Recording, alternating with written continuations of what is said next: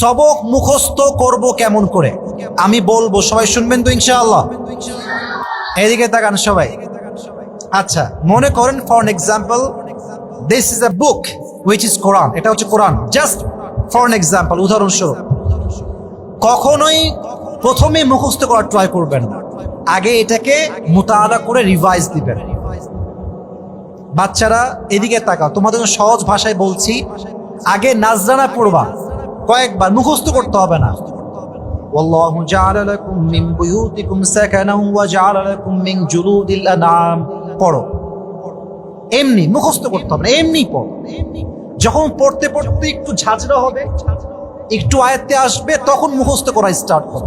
আমাদের ভুলটা কি হয়, যেটা আমি অনেক সময় করেছি, প্রথম লাইন থেকে মুখস্থ শুরু। না, this is not the right process. এটা সঠিক পদ্ধতি নয়।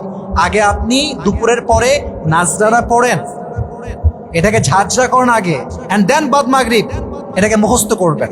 এবং সবাইকে আমি বলবো, মুখস্থ করার পরে তাহাজ্জুদের সময় উঠে আবার নামাজে পড়বেন।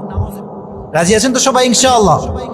আগে নাজরানা, যখন ঝরঝরে হয়ে যাবে মুতাআলাটা, তারপরে মুখস্থ, তারপরে উঠতে বসতে তেলাওয়াত, তারপরে তাহাজ্জুদে, তারপরে হুজুরের সামনে। ওয়াল্লাহি এই প্রসেস যদি কেউ পড়তে পারে, হুজুরের সামনে কখনো একটা আয়াতেও আপনি বাঁধবেন না। সকলে বলেন ইনশাআল্লাহ।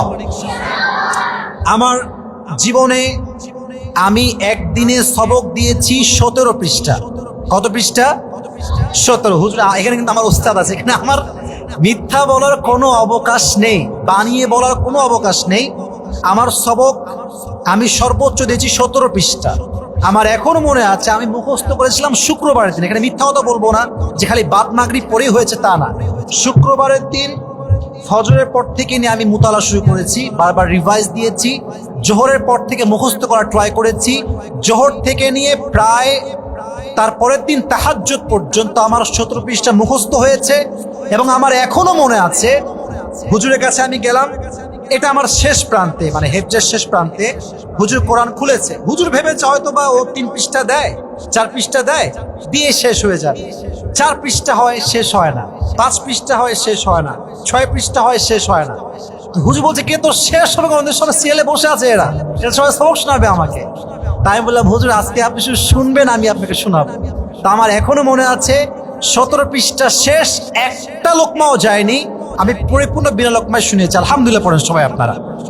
তো এর মানে যে আসিফ হুজুর খুব ভালো হাফেজ, খুব ভালো, তা না।